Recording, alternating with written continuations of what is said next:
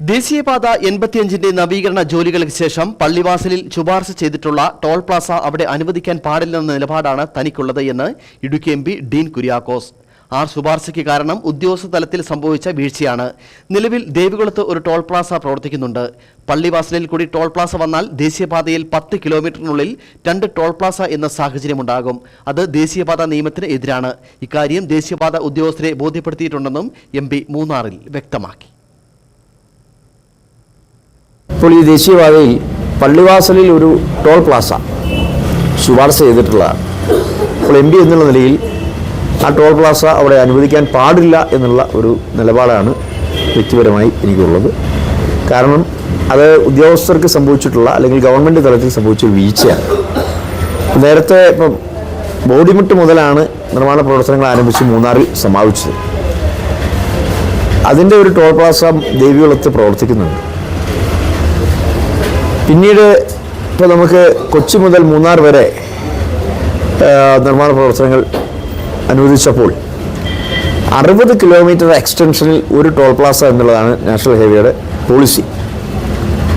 അപ്പോൾ 124 കിലോമീറ്ററാണ് കൊച്ചി മുതൽ മൂന്നാർ വരെയുള്ളത്. അപ്പോൾ 124 കിലോമീറ്ററിന് ഇടയിൽ 2 ടോൾ പ്ലാസ സ്ഥാപിക്കാം എന്നുള്ള സ്ഥിതി വന്നു. പക്ഷേ ഇവരതിൻ്റെ മെഷർമെൻ്റ് എടുത്തു കഴിഞ്ഞപ്പോൾ കൊച്ചിയിൽ നിന്ന് മൂന്നാറിലേക്ക് എടുത്തു. നേരത്തെ ബോഡിമെട്ടിൽ നിന്നും മൂന്നാറിലേക്കാണ് നിർമ്മാണം നടത്തിയത്. ദേവികുളത്ത് ടോൾ പ്ലാസ സ്ഥാപിച്ചു.